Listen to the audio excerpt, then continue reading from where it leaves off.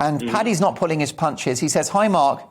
Please ask your Liberal Democrat guest, when will his party be changing their name? Because they proved during Brexit that they are neither Liberal nor Democratic." Well, look, I think Paddy maybe needs to move on as much as everybody else here.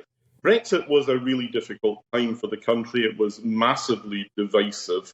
And, I think it was important in a 52-48 split that politics was still able to accommodate voices from both sides of that very divisive argument. But look, for better or for worse, and I know where I see it now, that has happened.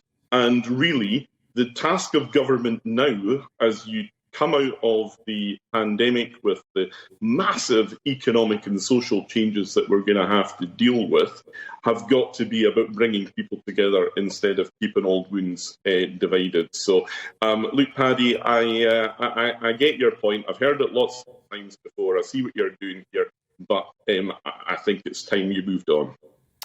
Now, Alistair, we are hopefully at the tail end of the pandemic, and you and the Lib Dems have been vocal opponents of vaccine passports. Tell me why.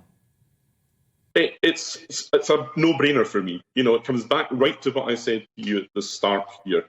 It's about that relationship between the citizen and state, the government and the governed. And it's so important in politics that there's always going to be somebody there who will challenge authority and say, tell me why you need to take this freedom away from me.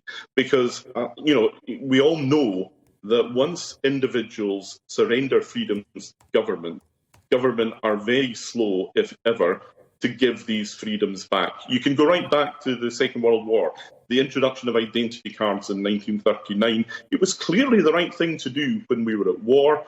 6 years later, it should have stopped, but actually it did require a court case to be taken by a private citizen, so almost 10 years later, to get the abolition of identity cards, because these temporary measures are never as temporary. So, I felt it was absolutely essential that we should challenge it. I couldn't see that there was a case for it. I could see, actually, that what you were doing here was going to be really divisive. The young people in particular who had given up so much in order to tackle COVID were the ones who were going to be most badly hit. And at the end of the day, in practical terms, it wasn't going to make any difference. It could, in fact, have created this false sense of security, which would have been more dangerous than anything else.